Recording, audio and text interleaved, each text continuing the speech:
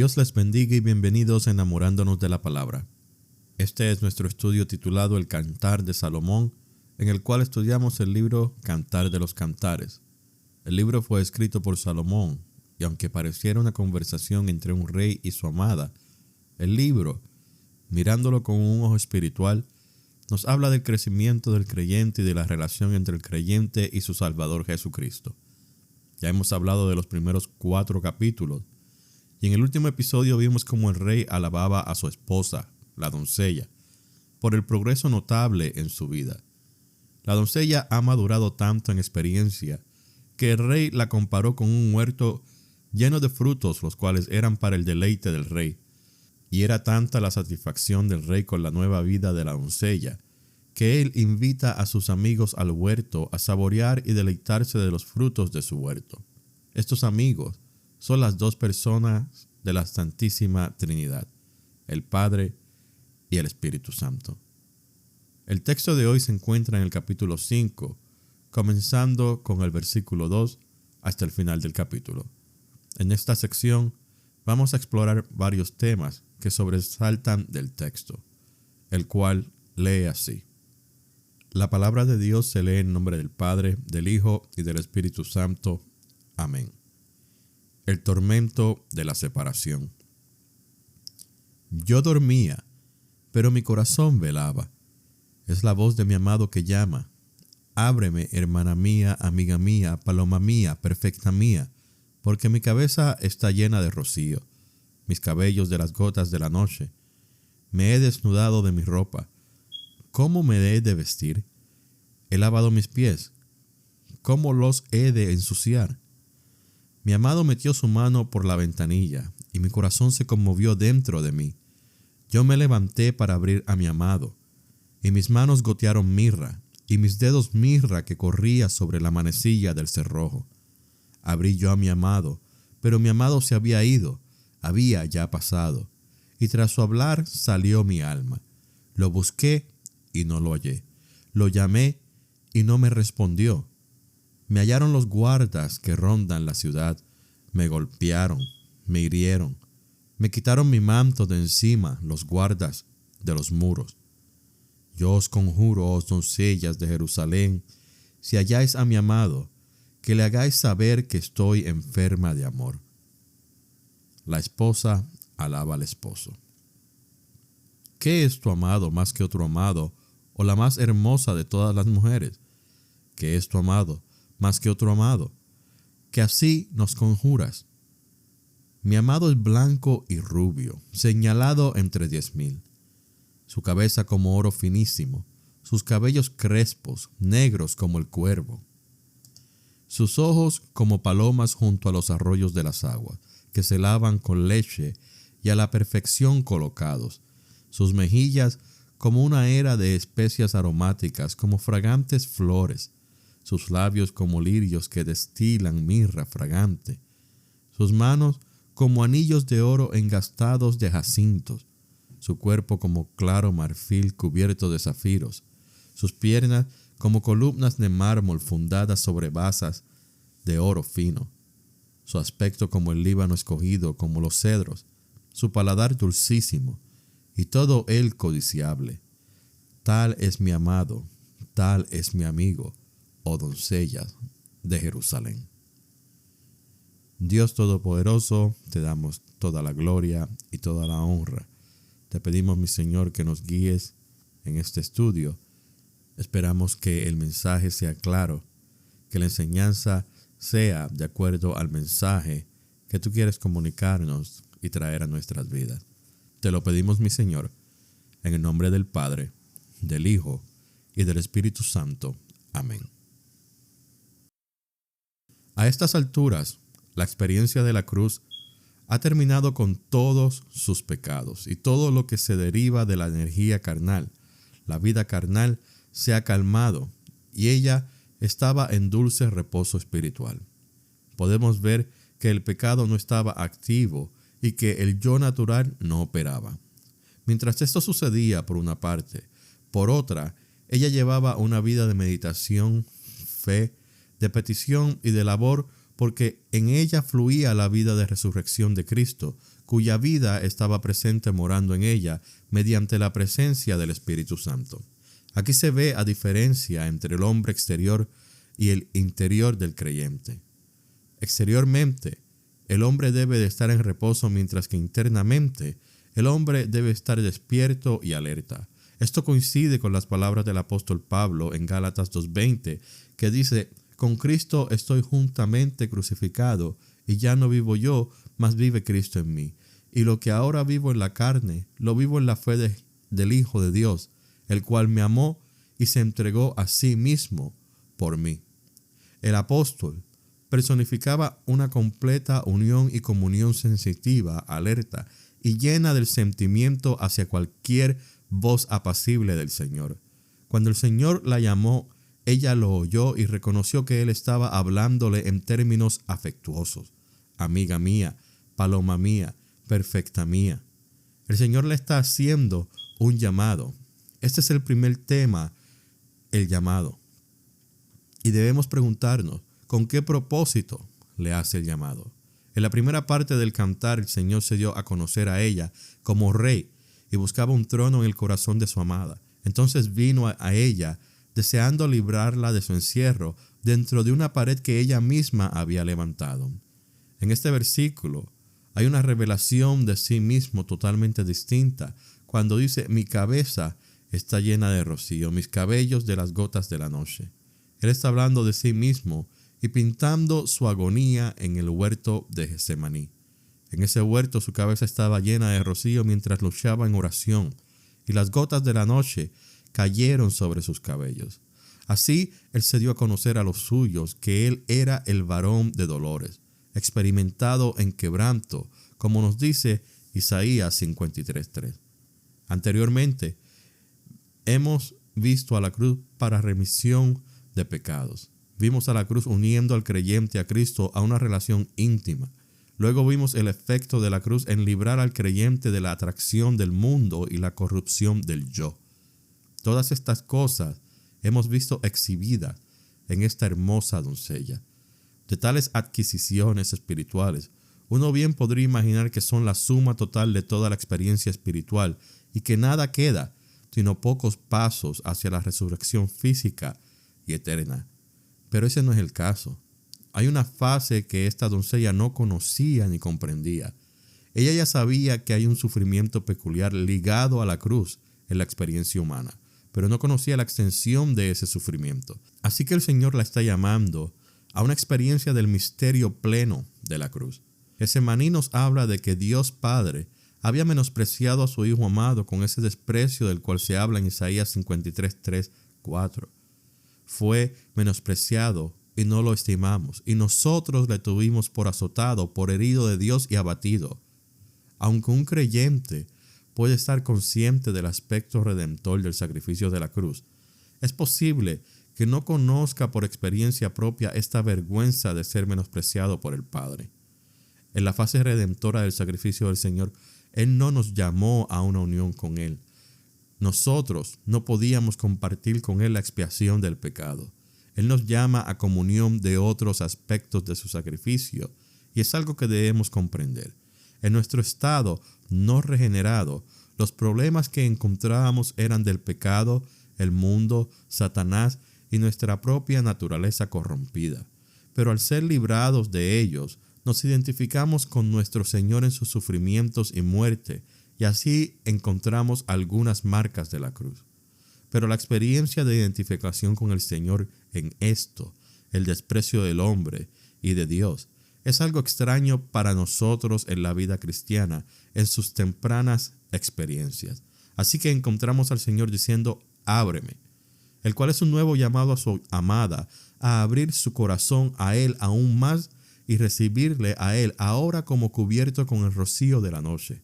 Él se dirigió a ella como hermana mía, indicando que ella tenía conocimiento del propósito de Dios, como paloma mía, indicando que el Espíritu Santo estaba presente en ella, y como perfecta mía, indicando su santidad, castidad y dedicación de su vida. Pero aquí Él no la llama esposa mía, porque Él espera ver su respuesta a esta demanda.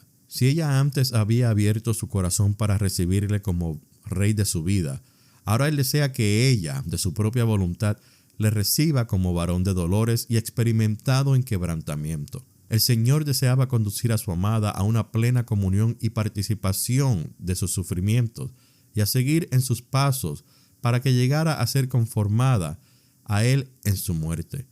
Él no podía obligarla a caminar.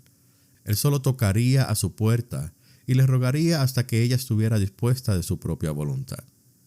El segundo tema trata acerca de las excusas que la doncella presenta. El llamado es algo que excede la comprensión del creyente por mucho tiempo. La mayoría de las personas no están enteradas de que la cruz incluye un aspecto de vergüenza. El Señor ahora llevaría al creyente por un periodo de pruebas en que no habría ni el consuelo ni la simpatía de amigos y conocidos, sino todo lo contrario. Encontrará incomprensión por ellos, como de alguien corregido y castigado por Dios. Esta mortificación e incomprensión conducirían a interrogar sobre la relación entre el creyente y Dios. Es en esto que el creyente viene a darse cuenta a lo que se refiere Colosenses 1:24 cuando dice: y cumplo en mi carne lo que falta de las aflicciones de Cristo por su cuerpo, que es la iglesia. Este llamado es fascinante, es profundo, pero también es cruel. ¿Cómo podrá ser el Señor glorificado si vemos que ahora la doncella pasaría por un periodo de vergüenza en el que su buen nombre y reputación serían robados? La cruz tiene que herir la misma raíz de la vida natural hasta que el creyente esté dispuesto a aceptar cualquier suerte que se le designe y permitir que Dios defienda su propia gloria. Por su conocimiento avanzado de la cruz, ella había atraído a sí misma a muchos que habían deseado conocer mejor y más perfectamente el camino del Señor. La cruz la había hecho como un río de vida para guiar a aquellos que quisieran seguir hasta conocer al Señor. Pero si ella responde y acepta este nuevo llamado, el cual la llevaría a un lugar de desprecio y vergüenza, ¿no perdería su posición e influencia en el servicio al Señor? ¿Cómo se acercaría a ella una nueva persona para aprender el camino del Señor? Ese es el tipo de pensamientos que crearon un nuevo conflicto dentro de ella y la trajeron a un dilema. Su respuesta a esto fue una excusa. Me he desnudado de mi ropa. ¿Cómo me he de vestir? Muchos creyentes no comprenden los dos aspectos de la cruz, uno positivo y otro negativo. Para muchos, la cruz es solo algo del lado negativo que despoja al creyente de los modales y vida antiguos. La atención de la doncella estaba enfocada en que la cruz había terminado con la antigua creación. Ella no comprendía cómo la cruz gobernaba el servicio en este nuevo caminar y hacía posible tal servicio. Su falta de comprensión residía en el hecho de que este servicio positivo pertenece al lado de la resurrección y por lo tanto estaba más allá de la cruz. Las excusas continúan en el versículo 3, donde dice: he lavado mis pies, ¿cómo los he de ensuciar? No solo se había bañado de cuerpo entero, es decir, su vida estaba completamente limpia y purificada de los pecados, sino que también el polvo e impurezas del mundo que manchan al creyente habían sido eliminados y limpiados cada día. Ella mantenía una limpieza constante para que ninguna mancha del mundo dejara sobre ella la apariencia de discreción. Ella no comprendía que esa contaminación que ella temía al levantarse a abrir la puerta a su Señor no era contaminación. Ella se había vuelto complaciente y no se había dado cuenta de la importancia de esforzarse por alcanzar lo que Pablo menciona en Filipenses 3:10, que dice: a fin de conocerle y el poder de su resurrección y la participación de sus padecimientos, llegando a ser semejante a él en su muerte. Ella había llegado a tener una posición de liderazgo y autoridad en asuntos espirituales, pero este nuevo llamado se dirigía específicamente a perturbar este estado de las cosas. Todo progreso espiritual implica un cambio de todo orden y estado actual de las cosas. La voluntad de cambiar es precisamente el precio del progreso. Siempre nos ponemos satisfechos espiritualmente. Nuestra conciencia enmudece y no nos informa de nuestras faltas. Parece que no hubiera nada malo que le moleste a nuestra conciencia. Las cosas que caen en la rutina de la vida generalmente no demandan mayor esfuerzo para buscar algo nuevo. Ese es un error peligroso y deja a nuestro Señor a la intemperie y rocío de la noche. El próximo tema a notar es su abrir de la puerta. Los versículos 4 y 5 dicen: Mi amado metió su mano por la ventanilla y mi corazón se conmovió dentro de mí. Yo me levanté para abrir a mi amado y mis manos gotearon mirra y mis dedos mirra que corría sobre la manecilla del cerrojo. La voluntad de la doncella habría estado totalmente rendida al Señor, pero esta clase de demora revelaba su manera natural de hacer las cosas, su dilación en actuar. Si hubiera habido deserción de su parte o dureza de corazón, ella seguramente no se habría movido para abrir la puerta. Por eso el Señor metió su mano por la ventanilla. Todo este movimiento era un llamado a ella a una participación más profunda y no un castigo por negligencia espiritual. Esta era la mano que estaba cicatrizada con la señal de los clavos. El Señor ahora empleó esta misma mano para hacer su apelación y rogarle que le siga a una comunión más profunda. El meter su mano por la ventanilla de la puerta infiere que el Señor hace todo lo posible para darse a conocer en esta revelación singular a ella, mediante esta parte tan especial de su cuerpo. Todas nuestras experiencias y ejercicios espirituales son el resultado de ser atraídos por Cristo. Quien se ha encontrado con Él y le ha conocido no podría menos que sentir algo por Él. Pocos son los que pueden discernir y distinguir entre el ser movido por la predicación de la palabra y el ser movido por el Señor mismo. La doncella amada se levantó entonces para abrir la puerta. Habiéndose conmovido por el llamado, ahora está dispuesta a abandonar toda excusa y abrazar la vergüenza de la cruz como su parte. Mis manos gotearon mirra y mis dedos mirra que corría sobre la manecilla del cerrojo. Ahora estaba presente en su persona no solo el poder, sino también la fragancia de la muerte del Señor. El cerrojo de la puerta era su propia voluntad, pero ahora una manecilla estaba impregnada con la dulce fragancia de su muerte. En cuarto lugar, notamos que el amado se retiró y se escondió de ella, porque nos dice el versículo 6: Abrí yo a mi amado, pero mi amado se había ido, había ya pasado. Y tras su hablar salió mi alma. Lo busqué y no lo hallé. Lo llamé y no me respondió. En las primeras etapas de la experiencia espiritual, el castigo viene antes de la obediencia y su propósito es producir la obediencia. Pero para el creyente maduro, el castigo o disciplina sigue después del acto de obediencia, cuando descubre la amargura que resulta de ese espíritu que falla en seguir al Señor. Surge ahora en la doncella la alarma de que su amado se haya perdido nuevamente. En el pasado, ella había perdido su presencia debido a su ignorancia, pero ahora su desesperación era de una naturaleza espiritual intensa. Ella ahora recuerda la vez que él la había llamado y cómo su alma se había conmovido por él. Por lo tanto, por alguna razón, ella siente resentimiento consigo misma. ¿Qué podía hacer ella en este dilema sino buscarle nuevamente y llamarle? Pero no podía encontrarle en ninguna parte. Ella ahora no estaba en la calle o en las avenidas de la ciudad, sino en la misma presencia de Dios. Aún su oración le parecía inútil. Esta era una experiencia nueva y mucho más profunda. El quinto tema es las heridas de la doncella. El versículo 7 nos dice: Me hallaron los guardas que rondan la ciudad. Me golpearon, me hirieron, me quitaron mi manto de encima, los guardas de los muros. Esta vez ella no buscó a los guardas como antes. Ella había llegado a ser una persona de características muy hermosas. Esto les sorprendió a los guardias, que ella era una persona tan madura y que podía perder a su amado. Su conversación y consejo le produjo solo dolor y sufrimiento. Ella necesitaba consolación de ellos, pero no recibió sino reproche. Los guardas realmente no sabían cómo ayudar a alguien en este dilema.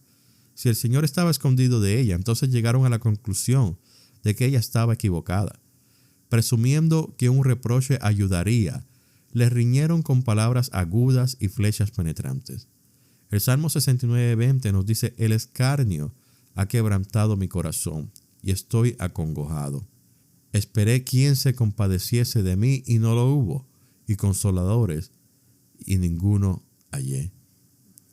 Parecía que no había fin a su sufrimiento, porque ella dice: me quitaron mi manto de encima. Así que no solo se le negó ayuda y consuelo, sino ahora era expuesta a la burla abierta.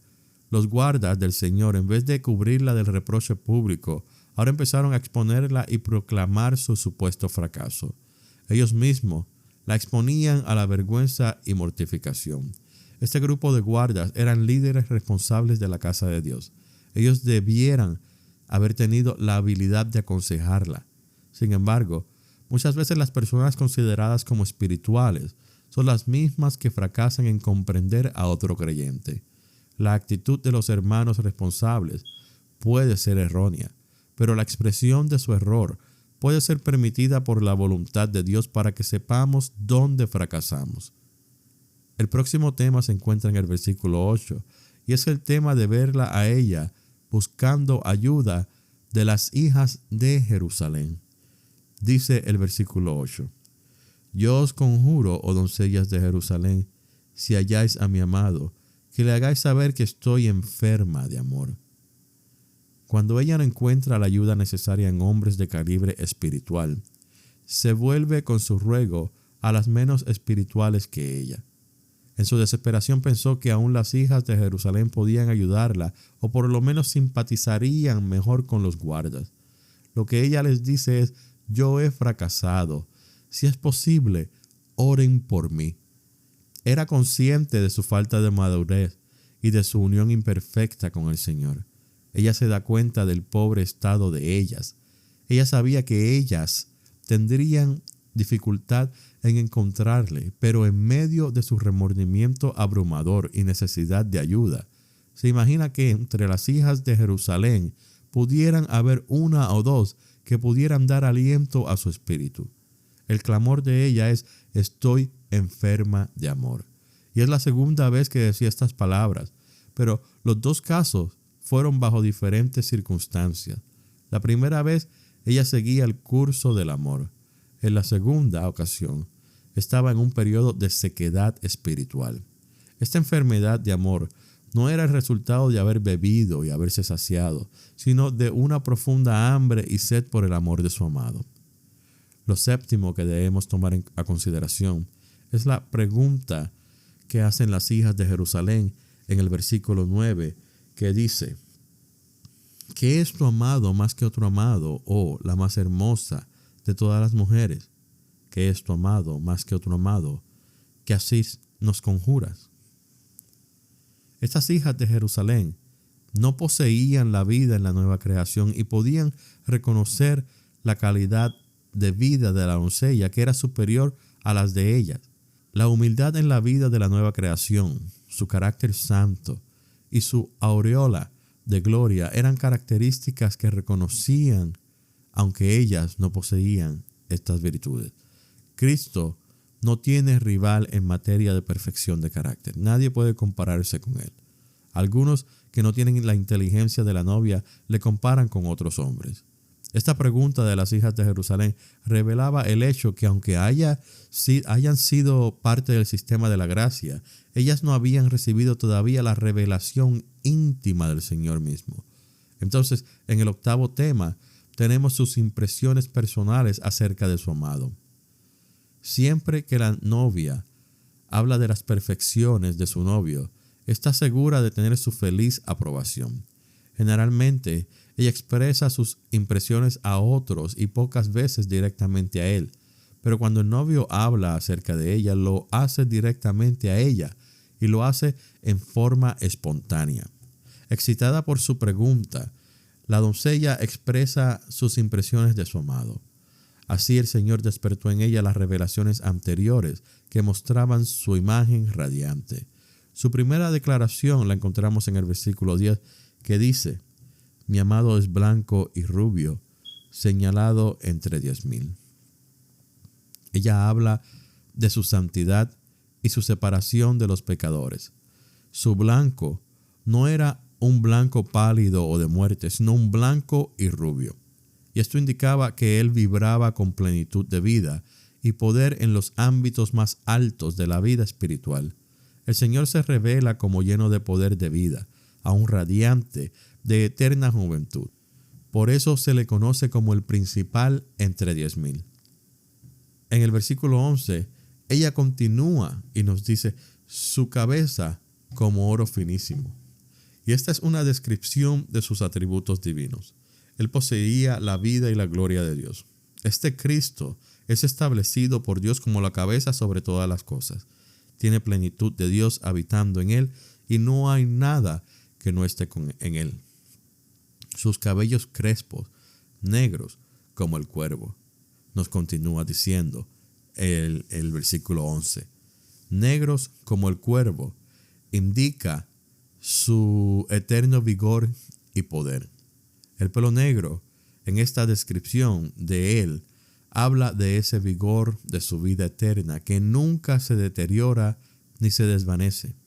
El profeta Oseas dijo, aún canas le han cubierto y él no lo supo, ilustrando así la pérdida inconsciente del poder espiritual de Efraín. Seguimos con el versículo 12 que nos dice, sus ojos como palomas junto a los arroyos de las aguas, que se lavan con leche y a la perfección colocados. Los ojos son el asiento de la expresión, y esta descripción también habla de la intimidad conocida por su esposa.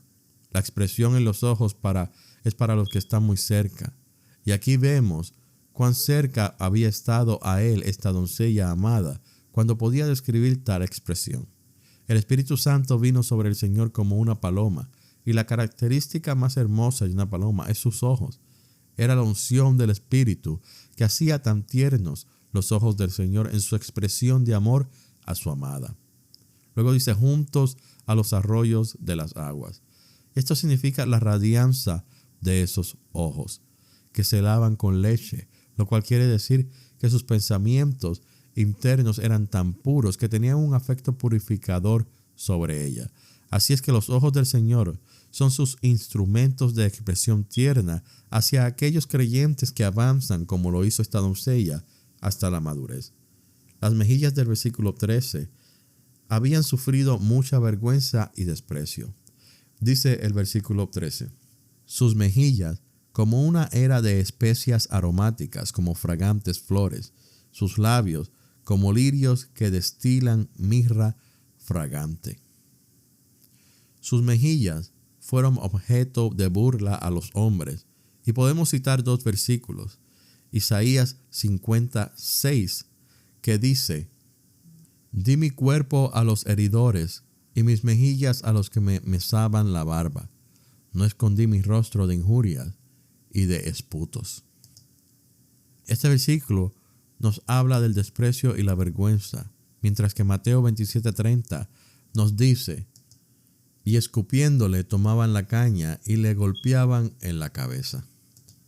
Este versículo nos habla de la burla de los hombres. El versículo también nos habla de lirios, los cuales nos hablan de la gloria real, como en Mateo 6, 28, 29, que dicen, considerad los lirios del campo. Ni aun Salomón con toda su gloria se vistió así como uno de ellos. Las palabras de Jesús eran de un dulce sabor, como gotas de mirra, porque tal como dijeron los alguaciles de los fariseos en Juan 7:46, jamás hombre alguno ha hablado como este hombre. Estas gotas de mirra no solo indican la fragancia de la gracia, sino también la identificación que ella tenía con él en su muerte. La implicación es que en su vida se destacaba la muerte del Señor. Las gotas de mirra que destilaban de los labios del Señor y todo lo que expresaba en palabras de gracia y bendición podía proferirlo como resultado de su muerte en la cruz. El versículo 14 nos dice, sus manos como anillos de oro engastados de jacintos, su cuerpo como claro marfil cubierto de zafiros. La palabra anillo es la misma palabra hebrea para giraban que vemos en 1 de Reyes 6:34. Y esto sugiere que su objetivo nunca se pierde. El oro representa divinidad. Estos anillos de oro la rodean en forma divina para realizar el propósito de Dios en ella.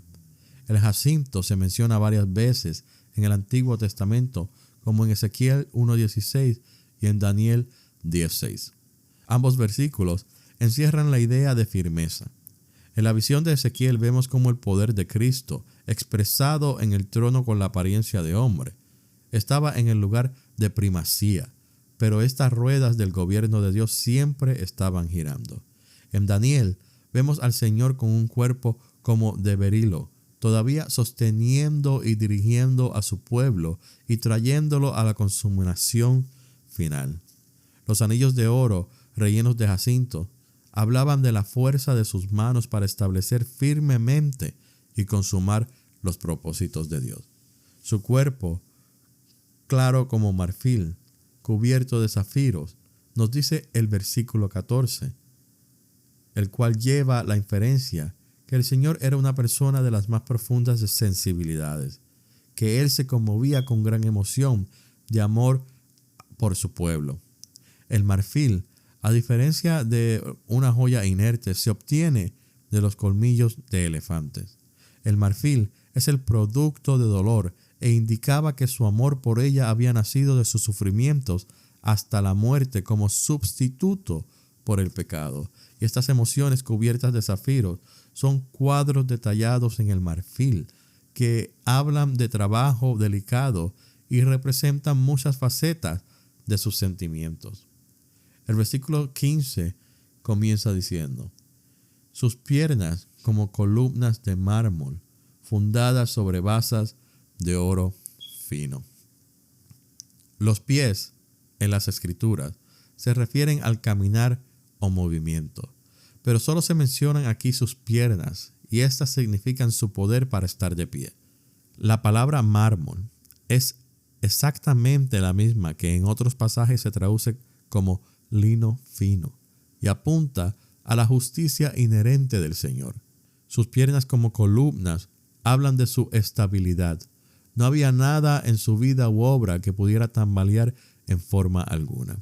Esta es la impresión que reciben todos los que le siguen en todo. 3 veces ella ha mencionado oro fino, en diferentes ocasiones en que se ha referido a los pensamientos de su mente y las obras de sus manos. Y ahora, aquí está la estabilidad de sus pasos.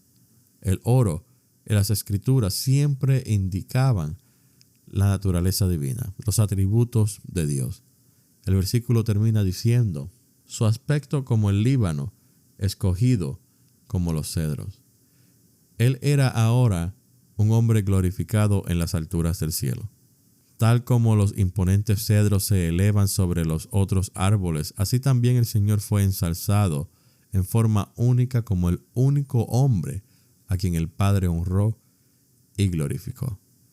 Por último, el versículo 16 nos dice: su paladar dulcísimo y todo él codiciable. Tal es mi amado, tal es mi amigo, oh doncellas de Jerusalén.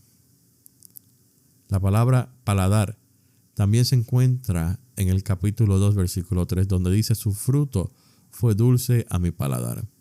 Esto habla de un cierto aspecto de su obra mediadora. Todo lo que procede de Dios, el Padre, fue probado primero por Él antes de pasarlo a nosotros. Todo lo que de Dios vino fue depositado en su Hijo antes de que Él lo enviara a nosotros. Cuando le conocemos completamente, no podemos hacer otra cosa que testificar que todo lo que nos llegó de Dios vino primero por su amado Hijo. A estas alturas, el corazón del verdadero creyente tiene que conmoverse en admiración por la que pudiera proferir tales palabras de alabanza. No importa de qué parte de su vida y carácter hablemos, tenemos que llegar a la conclusión que Él es todo codiciable. Los que de todo corazón le siguen pueden decir con orgullo, como lo hace esta doncella: este es mi amado y este es mi amigo. Tal descripción aquí es un indicio de la intimidad de su unión con Él y la profundidad de la comunión gozada en su compañía y estaba siendo transformada a su misma imagen de gloria en gloria. Podemos decir que sus palabras expresaban una profundidad de sentimiento, como si toda la luz del sol hubiera inundado su alma, hasta que tenía que prorrumpir en su discurso a las hijas de Jerusalén con este canto de alabanza con el que termina el capítulo. Tal es mi amado, tal es mi amigo, oh doncellas de Jerusalén. Dios Todopoderoso, toda la gloria y toda la honra te pertenece a ti. Te damos gracias, mi Señor, por guiarnos en este espíritu. Te pido, mi Señor, que bendigas a cada uno de los oyentes de Enamorándonos de la Palabra, que los ayudes a meditar en este mensaje, que los ayudes a meditar en este capítulo de tu palabra. Gracias, Señor, te doy una vez más en el nombre de tu Hijo amado Jesús. Amén. Gracias por escuchar Enamorándonos de la Palabra. Que Dios los bendiga.